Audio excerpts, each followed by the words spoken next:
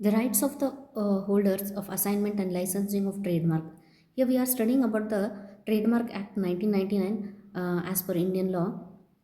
Here the rights of the assignment or the trademark holder. ಇಲ್ಲಿ trademark holderದು rights ಮತ್ತು assignments ಏನೇನಿದೆ after he gets the license from the Trademark Act. Under the Trademark Act of 1999, the registered proprietor of the trademark may assign or license the trademark to another person. The rights of the holder differ slightly in the assignment and licensing.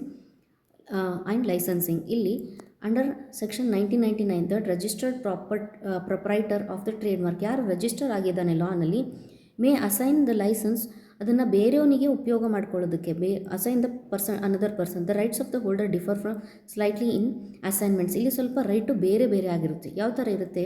Rights of the holders under the assignment of trademark. Assignment means the transfer of ownership of the trademark from one person to another person. ಇಲ್ಲಿ ನಾವು ಓನರ್ಶಿಪ್ನ ಒಂದು ಪರ್ಸನಿಂದ ಇನ್ನೊಂದು ಪರ್ಸನಿಗೆ transfer ಮಾಡ್ತೀವಿ under section from 37 to 45. Rights of assignments. ಇಲ್ಲಿ ಏನೇನಿದೆಯಪ್ಪ ಅಸೈನ್ ಮಾಡಿರುವಂಥ ಒಂದು ಹೋಲ್ಡರಿನ ರೈಟ್ ಅಂದರೆ rights to ownership. The assignee becomes a lawful owner of the trademark. ಇಲ್ಲಿ ಲಾಫುಲ್ ಆಗಿ ಓನರ್ ಆಗಿಬಿಡ್ತಾನೆ. One who holds the rights of assignee, ಯಾರು ಅದನ್ನು ಹೋಲ್ಡ್ ಮಾಡ್ತಾ ಇರ್ತಾನೆ. Rights to use the trademark. The assignee can use the trademark for goods or services for which it is assigned. He can use ಆ ಪ್ರಾಡಕ್ಟ್ನ ಅವನು ಉಪಯೋಗ ಮಾಡ್ಕೋಬೋದು. And then rights to sue for infringement. ಇಂಥ ಒಂದು ಟ್ರೇಡ್ಮಾರ್ಕ್ನ case ಕೂಡ file ಮಾಡ್ಬೋದು. ಬೇರೆ ಯಾರಾದರೂ ಯೂಸ್ ಮಾಡಿದರೆ, ಇವನು ಓನರ್ಶಿಪ್ ಇರುವಂಥ ಒಂದು ಟ್ರೇಡ್ಮಾರ್ಕಿಂದ ಬೇರೆ ಯಾರು ಯೂಸ್ ಮಾಡಿದ್ರೆ he can file the case against him. The assignee has a right to institute the legal proceedings against infringement in their own name. ತನ್ನ ಹೆಸರನ್ನು ರಿಜಿಸ್ಟರ್ ಮಾಡಿರುವಂಥ ಹೆಸರನ್ನು ಬೇರೆ ಯಾರು ಉಪಯೋಗ ಮಾಡಿದ್ರೂ ಕೂಡ ಅವನು ಕೇಸ್ನ ಫೈಲ್ ಮಾಡ್ಬೋದು.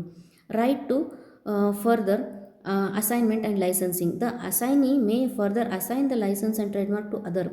ತಾನು ಇಸ್ಕೊಂಡಿರುವಂತಹ ಒಂದು ಟ್ರೇಡ್ಮಾರ್ಕು ಬೇರೆ ಓನರಿಂದ, ಒರಿಜಿನಲ್ ಓನರಿಂದ ಇಸ್ಕೊಂಡಿದ್ದಾನೆ ಇವನು ಅಸೈನ್ಮೆಂಟ್ ಮಾಡಿರುವಂಥ person. Then it can be assign to the third person, some other person also. Trademark to the other person. Right to exclusively use. ಇವನಿಗೆ he can completely exclusively use. If the assignment is exclusive and assignee enjoy the exclusive right over the trademark, he can use it. Then right to register the assignment. The assignee can apply to the register to record the assignment from TM to P. ಇವನು ಇದನ್ನು ಇನ್ನೊಂದು ಸರ್ತಿ ರಿಜಿಸ್ಟ್ರೇಷನ್ಗೆ ಅಥವಾ ಇವನು registration ರೆಕಾರ್ಡಿಗೆ register ಕೂಡ ಮಾಡ್ಬೋದು. Assign can apply register appointment record. And then rights of the holder under licensing of trademark. Licensing also called as a registered user. ಇಲ್ಲಿ registered ಯೂಸರಿಗೆ ಲೈಸೆನ್ಸರ್ ಅಂತಲೂ ಕರೀತಾರೆ. Allow permission to use the trademark without transfer of ownership. ಇಲ್ಲಿ licensed owner ಅಂತ ಒಬ್ಬನಿದ್ದಾನೆ. he is not an assignee, he is a licensed owner whereby it comes under the section 48 to 54. ಇದು section 48 to 54 ಅಲ್ಲಿ ಬರುತ್ತೆ. Rights of the licensing or the registered user. Right to use the trademark. ಇಲ್ಲಿ without the permission or without the transfer of ownership ಇವನಿಗೆ exclusive right ಇರುತ್ತೆ.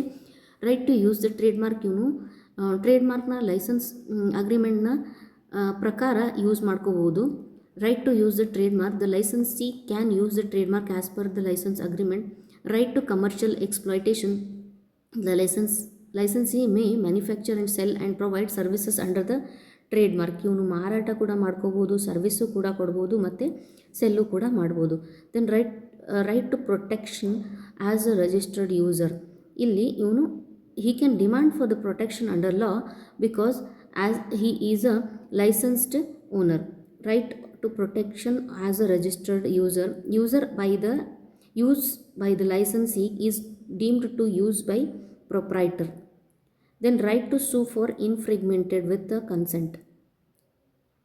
Then the licensee may initiate a infringement proceedings with the consent of the registered. ಇವನು licensee ಏನು ಮಾಡ್ಬೋದು, ಇನ್ನೊಂದು duplicate ನಾನು ಮಾಡ್ಕೋತೀನಿ ಅಂತ ಕನ್ಸೆಂಟ್ ತೊಗೊಂಡು ಒರಿಜಿನಲ್ ಪ್ರೊಪರೇಟರ್ ಓನರ್ ಜೊತೆ ಕನ್ಸೆಂಟ್ ತೊಗೊಂಡ್ಬಿಟ್ಟು he can remake the symbol ಮಾಡ್ಕೊಂಡ್ಬಿಟ್ಟು ಯೂಸ್ ಮಾಡ್ಬೋದು. He is called as a licensee.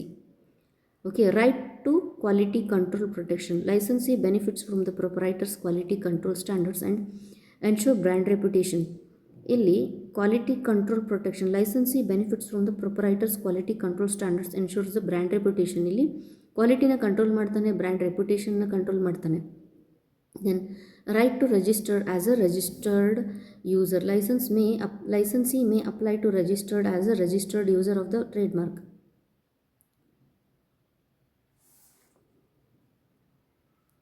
So difference between assignment ಪರ್ಸನಿಗೂ ಮತ್ತು ಲೈಸೆನ್ಸಿಗೂ ಪರ್ಸನಿಗೂ ಏನು ಡಿಫ್ರೆನ್ಸ್ ಇದೆ ಅಂದರೆ, ಬೇಸಿಕ್ ಡಿಫ್ರೆನ್ಸ್ ಇಸ್ ಓನರ್ಶಿಪ್ನ ಟ್ರಾನ್ಸ್ಫರ್ ಮಾಡ್ಬೋದು. ಲೈಸೆನ್ಸಿಂಗ್ಗೆ ಟ್ರಾನ್ಸ್ಫರ್ ಆಫ್ ಓನರ್ಶಿಪ್ ಆಗಂಗಿಲ್ಲ. ರೈಟ್ಸ್ ಕಂಪ್ಲೀಟ್ ಓನರ್ಶಿಪ್ ರೈಟ್ ಸಿಗುತ್ತೆ ಇಲ್ಲಿ ಅಸೈನ್ಮೆಂಟ್ ಪರ್ಸನಿಗೆ. ಆ್ಯಂಡ್ ಲಿಮಿಟೆಡ್ ಯೂಸ್ ಆಫ್ ಈ ಲೈಸೆನ್ಸಿಂಗ್ ಪರ್ಸನಿಗೆ ಲಿಮಿಟೆಡ್ ಯೂಸ್ ರೈಟ್ಸ್ ಇರುತ್ತೆ. ಲಿಮಿಟೆಡ್ ಆಗಿ ಅವನು ಉಪಯೋಗ ಮಾಡ್ಕೋಬೋದು. ಡ್ಯೂರೇಷನ್ ಇಲ್ಲ ಅಸೈನ್ಮೆಂಟಿಗೆ ಪರ್ಮನೆಂಟ್ ಡ್ಯೂರೇಷನ್ ಇರುತ್ತೆ ಅವನಿಗೆ. And then here licensing can only temporarily use the permitted product or the symbol. Right to sue, ಇಂಡಿಪೆಂಡೆಂಟಾಗಿ ಇವನು ಅಸೈನ್ಮೆಂಟ್ ಪರ್ಸನ್ ಸೂ ಮಾಡ್ಬೋದು. ಬಟ್ ಇಲ್ಲಿ ಲೈಸೆನ್ಸಿಂಗ್ ಪರ್ಸನ್ನು original assignment of the original person ಜೊತೆ ಸೇರಿಬಿಟ್ಟು ಮಾತ್ರ ರಿಜಿಸ್ಟರ್ ಮಾಡ್ಬೋದು. ಆ್ಯಂಡ್ ದೆನ್ ರಿಜಿಸ್ಟ್ರೇಷನ್ ಇಲ್ಲಿ ಮ್ಯಾಂಡೇಟ್ರಿ ಆಗಿದೆ. ಇಲ್ಲಿ ಲೈಸೆನ್ಸಿಗೆ ಇವನೇ ಆಪ್ಷನಲ್ ಬಟ್ ಅಡ್ವೈಸಬಲ್, ಆಪ್ಷನಲ್ ಇರುತ್ತೆ ಇವನು ರಿಜಿಸ್ಟರ್ ಮಾಡ್ಬೋದು.